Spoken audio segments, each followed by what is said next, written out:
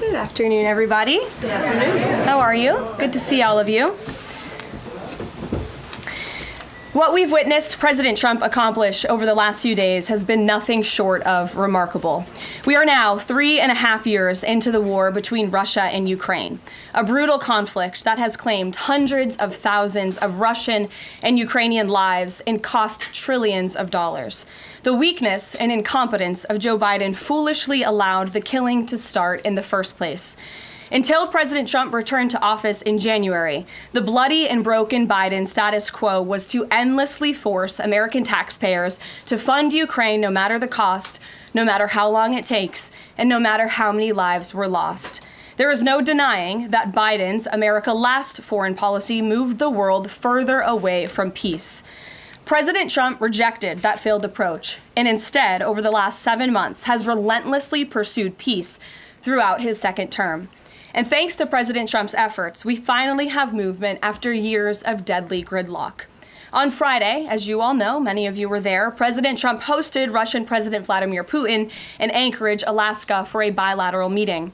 This was the first time President Putin has been to the United States since 2015, and the first time he has met with an American president in years. President Putin publicly confirmed what President Trump has said all along.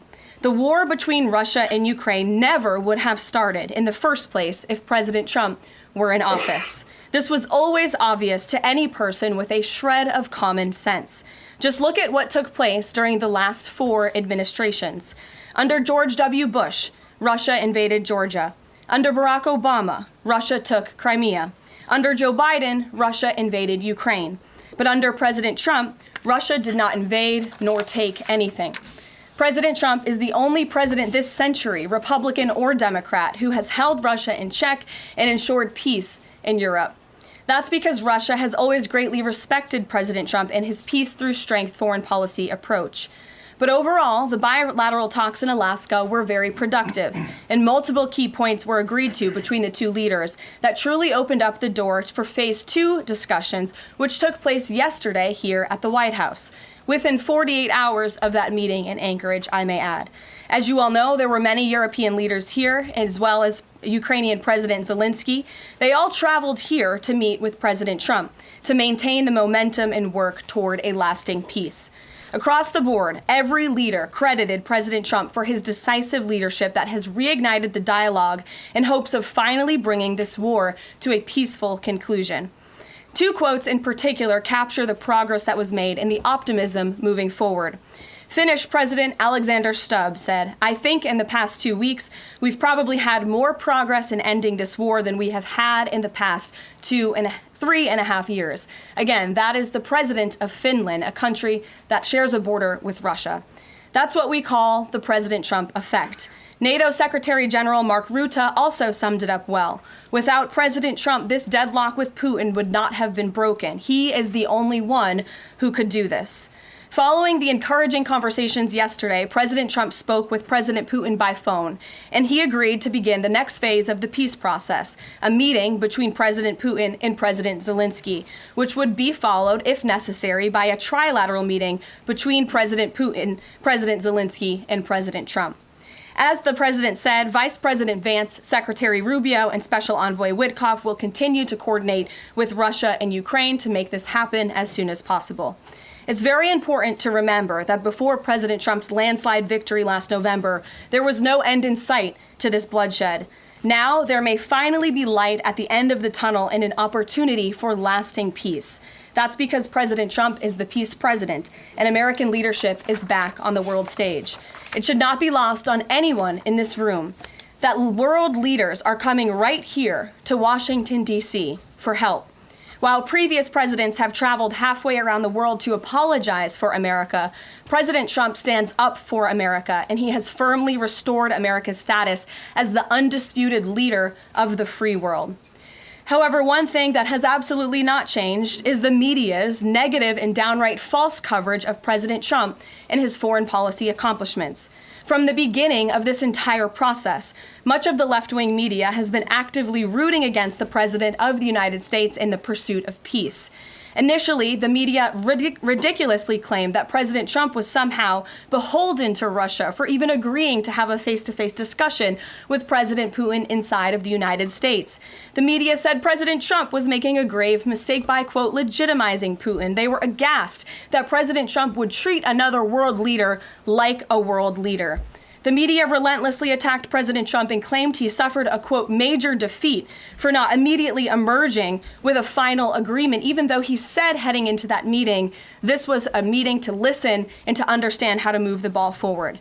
All weekend following those historic U.S.-Russia bilateral talks, we listened to clueless pundits on television trying but failing to claim that the president had failed. The so-called experts in the foreign policy establishment, whose record is nothing but endless wars, trillions of wasted taxpayer dollars, and dead Americans, have the nerve to try and lecture President Trump, who has solved 7 global conflicts in 7 months, about peace. This is the same president, by the way, who brokered the Abraham Accords in his first term, on top of more than half a dozen other peace deals this year alone, as I just said. We also saw yesterday the president of Ukraine and all of the other major leaders of Europe fly across the Atlantic Ocean to meet President Trump at the White House because of the progress that was made, and that, if you ask the media, failed meeting, but it was not. It was highly productive and it was successful. This is why Americans' trust in the mass media is at a lowest point in more than 5 decades.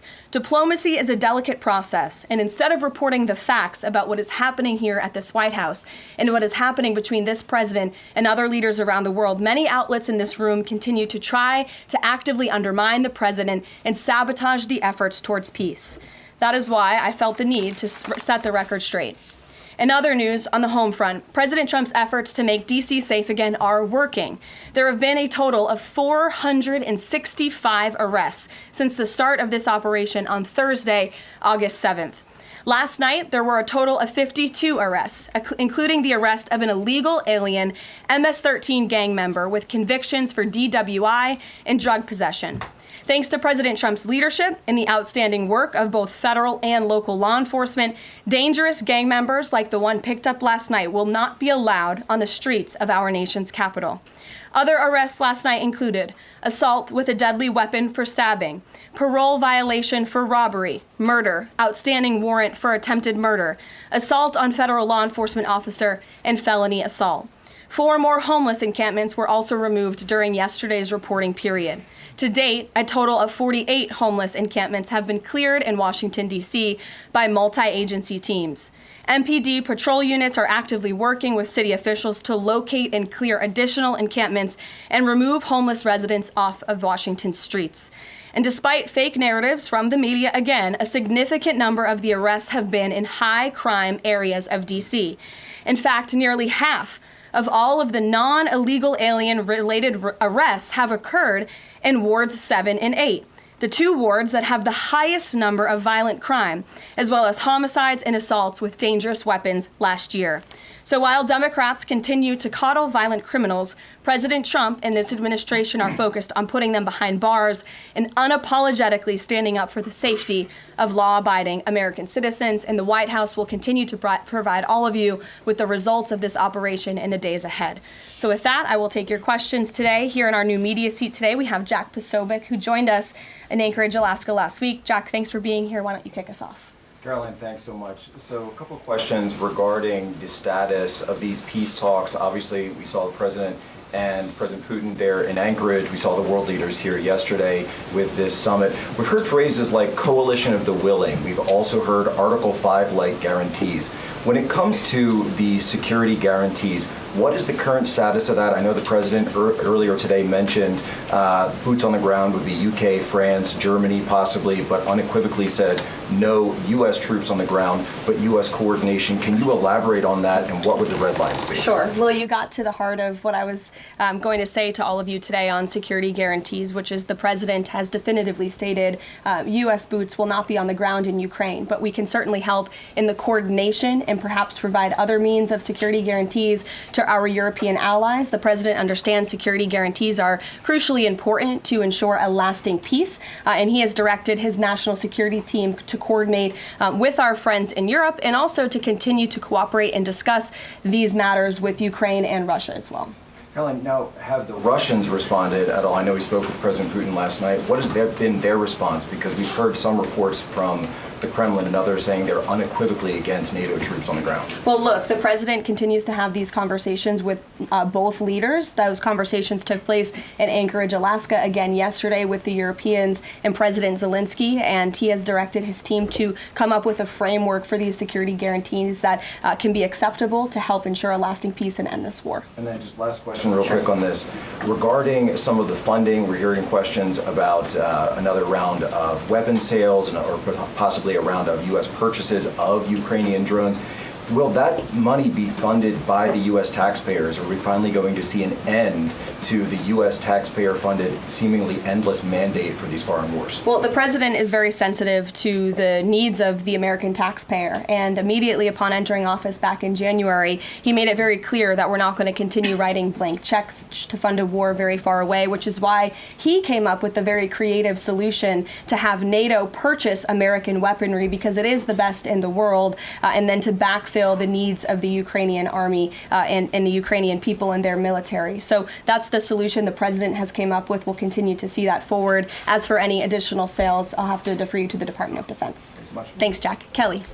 What has President Trump learned that tells him that Vladimir Putin would be willing to make a deal for him, for President Trump? Well, the president has learned a lot, which is part of the reason he opened up this dialogue. The previous administration, who oversaw the beginning of this war, refused to talk. And President Trump has always said, in order to learn, in order to move the ball forward with diplomacy and towards peace, you have to have open dialogue. And so that's why the president has had several conversations by phone and, of course, an in-person meeting last Friday with President Putin. He also has talked to President Zelensky dozens of times, had him here at the White House yesterday, and he's understanding what both sides want, what both sides are going to have to give up. And he has always said, in order to get a good deal, both sides are going to have to walk away a little bit unhappy. So he continues to learn a lot throughout these conversations, which is why we've seen progress from both sides. And I would also just add, when it comes to learning and moving the ball forward, look at how both Russia and Ukraine have actually talked directly for the first time in many years, thanks to the efforts of this president and this administration. Specifically for President Trump, though, what do you think Putin's motivation is to try to do something for President Trump, as opposed to just resolving the conflict? I think, as I just spoke to in my opening remarks, Kelly, Russia and all countries around this world actually respect the United States again. And the president is using the might of American strength to demand that respect from our allies, our friends, our adversaries all around the world. And we've seen that not just lead to progress with Russia and Ukraine, but also we've seen it in the closing of 7 global conflicts around the world as well. We've seen it with the release of hostages in Gaza. You've seen it with the end of the conflict between India and Pakistan, which could have resulted in a nuclear war if we had not had a president who believed in the strength and the leverage that comes with the job of being the president of the United States of America. Rachel. Thanks, Caroline. Heading into Alaska, a lot of the focus in the talk was on this trilateral meeting between these 3 leaders. Can you explain how this went from a trilateral meeting involving President Trump to now the focus being on this bilateral meeting without the president first? Well, look, the president has spoken to both leaders about this, and both leaders have expressed a willingness to sit down with each other. And so our national security team will help both countries do that. Ultimately, the president has always said that there are areas of disagreement in this war that will have to be discussed and decided upon by these 2 countries. And so he wants these 2 countries to engage in direct diplomacy. He's said that from the very beginning, which is why he's agreeable to the idea of having President Zelensky and President Putin get together. And I understand accommodations for that meeting are underway. As soon as we hear more details, we'll be sure to let all of you know. And just a quick follow-up. We know as of right now there is no ceasefire in place. We've seen Russia continue its attacks on Ukraine. What indications is the president getting from Putin that he wants to have this meeting with Zelensky soon? Because he spoke to him directly yesterday. And he expressed that Haley, sooner rather than later. He spoke to that directly yesterday, and the president put that in his statement that he gave to all of you, the news media, knowing you'd be asking following that conversation in the effort of transparency. Haley. Hey, thanks, Caroline. You made clear note U.S. boots on the ground. Is the president considering U.S. boots in the air as a form of a security guarantee? Look, that was something the president mentioned on his interview this morning. It is an option and a possibility. I won't certainly rule out anything as far as military military options that the president has at his disposal, I'll let him do that. I can tell you he's definitively ruled out boots on the ground. Sure. Thanks, Tara. Just about the possible venue for the talks. Can you confirm that Putin suggested Moscow as a venue for the bilateral talks? And if so, doesn't that indicate that Putin is perhaps not serious about this, that he's suggesting a venue that there's no way that Zelensky is going to go to?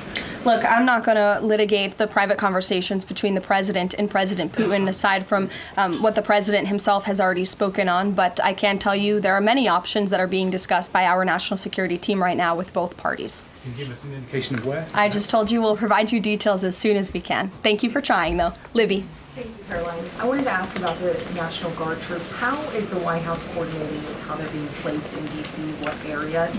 And then also, how long should people here in the district anticipate the National Guard to be on the ground patrolling the streets? I don't have a timeline for you, Libby, but we will keep you posted on that. I think the president, as you know, and this administration, he came to this briefing room with members of his cabinet to lay out the rationale and the reasoning for federalizing the National Guard here in Washington, D.C., and for our work with the Metropolitan Police Department to make our district safer. We've seen violent crime has taken the lives of far too many residents here in our nation's capital, and the president wants to make it safe again. And as for the coordination efforts, this interagency team is meeting and talking daily. In fact, there's a meeting taking place right now in the West Wing with members of the interagency task force to continue to discuss not just the National Guard deployment, but also how we can continue to remove public safety threats off of the streets of Washington, which, as the numbers I just showed you prove, they are doing every single night. I will just reiterate, 465 total arrests and counting since the start of this operation. I believe 11 or 12 days ago, I'll have to check the calendar, but those are pretty remarkable results. If not for this task force and their high level of coordination and the leadership of this president, there would have been 465 more violent criminals on the streets of this capital that you all live in every day. So I think we should all be very grateful for that. Stephen. Thank you, Caroline. 3 questions about the D.C. crackdown. Sure. First, I was wondering if you could clarify something President Trump said. He mentioned getting rid of the slums where criminals live.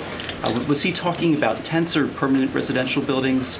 And then the mayor has expressed an interest in clarifying how much of a focus illegal immigration enforcement is as part of this crackdown. Can you say anything about that? Sure. And third, any preview on the beautification?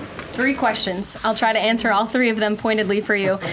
First, when it comes to what you said and the president said, the slums of Washington, D.C., he's referring to the most dangerous communities, neighborhoods, and streets in this city where, unfortunately, violence has ravaged these communities and taken the lives of, again, far too many law-abiding D.C. residents. We know on July 5th of this year, just more than a month ago, a 3-year-old beautiful young girl was shot and killed in her car with her family in one of these communities, which is why there has been a surge, despite what many of you have been falsely reporting. And I believe it was the Washington Post who put out a map claiming it to be fact-based when it was just based on, I don't know, accounts that they've heard on the street, not actual statistics and data. So we went and reconfigured the numbers. And as I said, nearly half of all the non-illegal alien-related arrests have occurred in wards 7 and 8 in the District of Columbia, where we know, excuse me, there's the highest rate of crime. So we'll continue to do that. And what was your second question, Stephen? Legal immigration, how much of a focus that is? Yeah, look, I mean, the focus is to make D.C. safe and beautiful and to remove public safety threats and violent criminals from our streets. If federal law enforcement, with the help of the Metropolitan Police Department, come across illegal aliens, of course, we are going to abide by this administration's policy of law and order, and we are going to remove illegal criminals from our nation's capital. They will be detained and deported, just like they are in every other community across the country. Kristen. First question is, whose idea was it to change the next steps from a trilateral to a bilateral meeting? It was an idea that evolved in the course of the president's conversations with both President Putin, President Zelensky, and the European leaders yesterday. And as you saw, Kristen, with all of those European leaders leaving the White House, including the NATO Secretary General, they all agree that this is a great first step. And it's a good thing that these 2 leaders are going to be sitting down together, and the president expects that to happen. And how long is Trump willing to wait and operate in good faith for Putin to actually arrange arrange a meeting before he intervenes? Look, the president has put tremendous public pressure to bring this war to a close. He's taken actions, as you've seen, sanctions on India and other actions as well.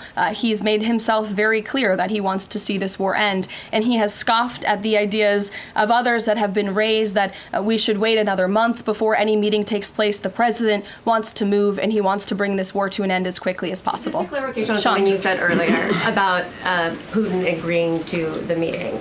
The Kremlin seemed to indicate that Putin did not firmly agree to a bilateral. Did he agree to have a sit-down with just Zelensky on the phone? I can assure you that the United States government and the Trump administration is working with both Russia and Ukraine to make that bilateral happen as we speak. Sean. Hey, if the point is to get everybody on the same page, why wouldn't Trump just take the call from Putin while the other leaders were in the room? He said it would be disrespectful to do that. But why is it disrespectful? With all due respect, only a reporter from the New York Times would ask a question like that, Sean. The president met with all of these European leaders at the White House 48 hours after sitting down with President Putin on American soil. In fact, there was so much progress in the readout that was given to these European leaders immediately following his meeting with President Putin that every single one of them got on a plane 48 hours later and flew to the United States of America. And if I could just read for all of you some of the statements from those European leaders yesterday, you had President Zelensky himself saying it was a very good conversation. It was really good. We spoke about very sensitive points. The Secretary General, Mark Rutte, it was the president only because of the president that this deadlock was broken, but with President Putin by starting a dialogue. So these leaders, who this war is in their backyard, are very grateful that the president took that call and that he was there to provide them with a readout of Russia's thinking on this, something that was not done by the previous administration at all. Catherine. Thank you. Is the White House looking at Budapest as a possible location? I'm not going to confirm or deny locations. We'll provide you with details as soon as we can. Just following up on Kristen's question, I understand that the White House is working and allies are working to make this meeting happen, but did Putin promise to do a meeting with Zelensky, a direct meeting, in the coming weeks? He has, and I just answered that question for you. Franco. Thanks. I just want to clarify.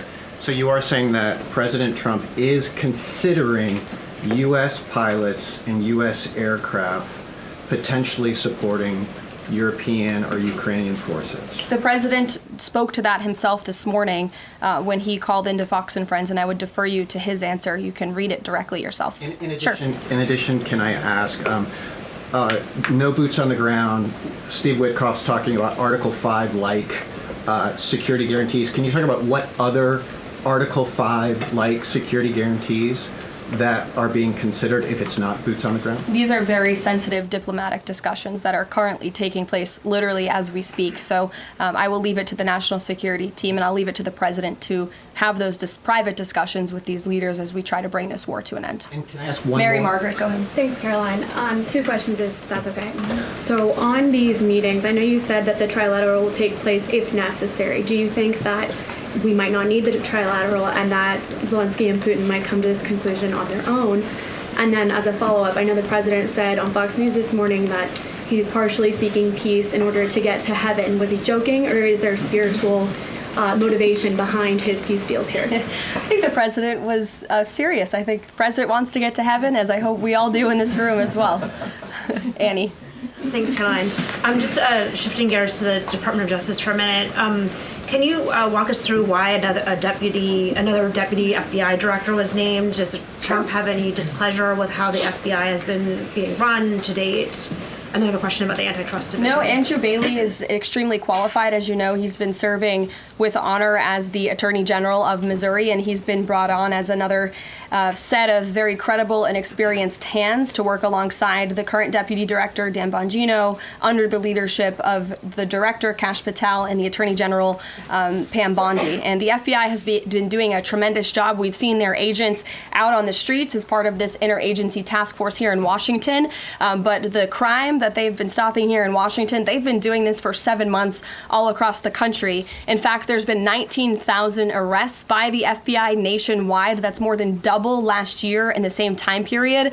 Of those, 1,600 arrests were for violent crimes against children. 4,000 child victims have been rescued by this FBI under this current leadership. 1,000 arrests from investigations of foreign terrorist organizations. There's been 1,500 kilos of fentanyl seized. 6,300 kilos of meth have been seized, and 3 of the top 10 most wanted have been arrested so far. Not a single one of the individuals on the top 10 most wanted list were arrested under the previous administration. We've arrested 3 in 7 months. So when you're actually working and enforcing law and order, you need all hands on deck. And so we look forward to welcoming Andrew Bailey to this new post. Jackie.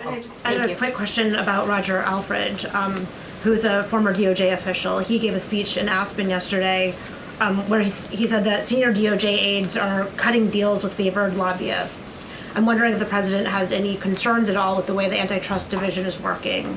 I have no idea who that individual is. I don't know why he made those comments. I don't know what basis he's making those comments on. My instinct tells me it's not true, but we will definitely look into them and I'll get you a response. Thank you, Caroline. Jackie. Thanks, Caroline. Since the president often says that this war would not have started if he were in office, and True. and Putin confirmed that. It's true. Do you accept that as true? The European leaders do.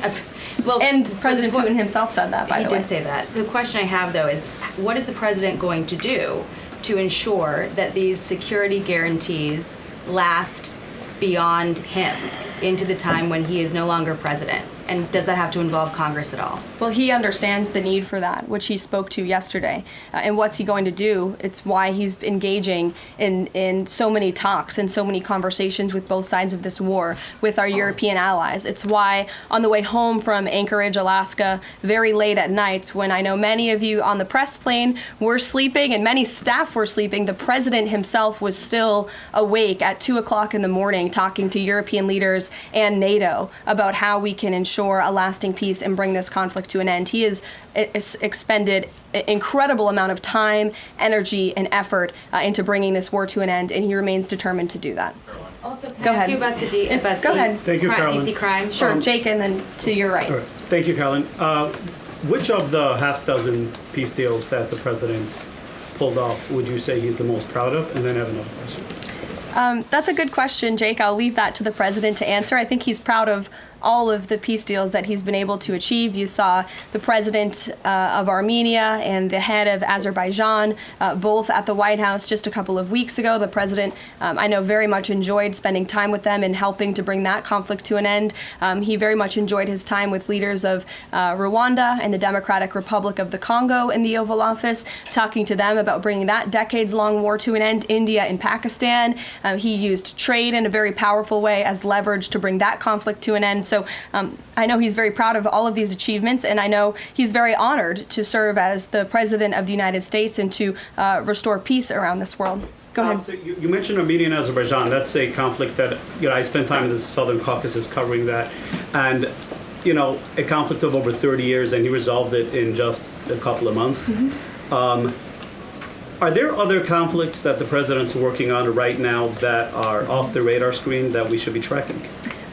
In fact, there are many. The State Department is always working around the clock under the leadership of Secretary Rubio and keeping the president apprised of conflicts that are bubbling up all over the world. But of course, as you all know, as we've talked a lot about in this briefing, he's spending a lot of time right now on ending this war in Russia-Ukraine, and of course the conflict in Israel and Gaza, which he wants to see come to a close as well. Sure, go ahead. So the president says that he's starting a movement to eliminate mail-in voting, but states administer elections, not federal authorities. So can you provide any more details about how the White House plans to eliminate that? Mm-hmm. The White House continues to work on this, and when Congress comes back to Washington, I'm sure there will be many discussions with our friends on Capitol Hill and also our friends in state legislatures across the country to ensure that we're protecting the integrity of the vote for the American people. And I think Republicans generally, and the president generally, wants to make it easier for Americans to vote and harder for people to cheat in our elections. And it's quite mind-boggling mind-boggling that the Democrat Party could stand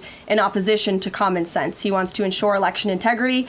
There were great efforts that were made in 2024. I won't get ahead of myself for Hatch Act reasons to get ahead for the next election, but I can assure you this is a priority for the president. Go ahead. If I could just follow up on your comments about Gaza. Sure. There was a ceasefire proposal put forward by both Qatar and Egypt. Hamas accepted it on Monday. Israel has yet to officially weigh in. I'm wondering if the U.S. was at all involved in it, if it's supportive of it, and whether or not the president believes Israel should accept it.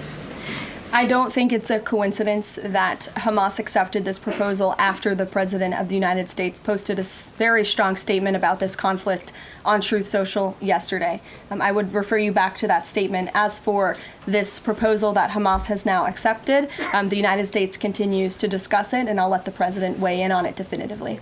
You're welcome. Sure. Caroline, can you describe the President's perspective on taking a stake in Intel in exchange for federal grants? And is this are we expecting to see the White House make similar arrangements with other semiconductor companies and manufacturing companies? Well, the president, he's been very clear about the need to reshore manufacturing that's critical to our national and economic security. That is especially in regards to chips and semiconductors, which is why the president has initiated the Commerce Department to conduct a study on semiconductors, a Section 232 investigation, so we can ultimately implement tariffs. And it's why our export license requirements remain in place as well. As for this 10% government stake deal, the Department of Commerce continues to work on it. I know Secretary Lutnick is working on it and ironing out the details, but the president wants to put America's needs first, both from a national security and economic perspective. And it's a creative idea that has never been done before to ensure that we're both reshoring these critical supply chains while also gaining something of it for the American taxpayer. You're welcome. Emily. Thanks, Caroline. I wanted to ask about the 3 U.S. warships that are being sent to Venezuela, and there's 4,000 Marines on board. Are you looking at possibility of boots on the ground there? What I will say with respect to Venezuela, President Trump has been very clear and consistent. He's prepared to use every element of American power to stop drugs from flooding into our country and to bring those responsible to justice. The Maduro regime is not the legitimate government of Venezuela. It is a narco-terror cartel. In Maduro, it is the view of this administration, is not a legitimate president. He is a fugitive head of this cartel who has been indicted in the United States for trafficking drugs into the country. And with that, I will leave you all, and we will see you later, if not tomorrow, and I look forward to taking more of your questions. Thank you.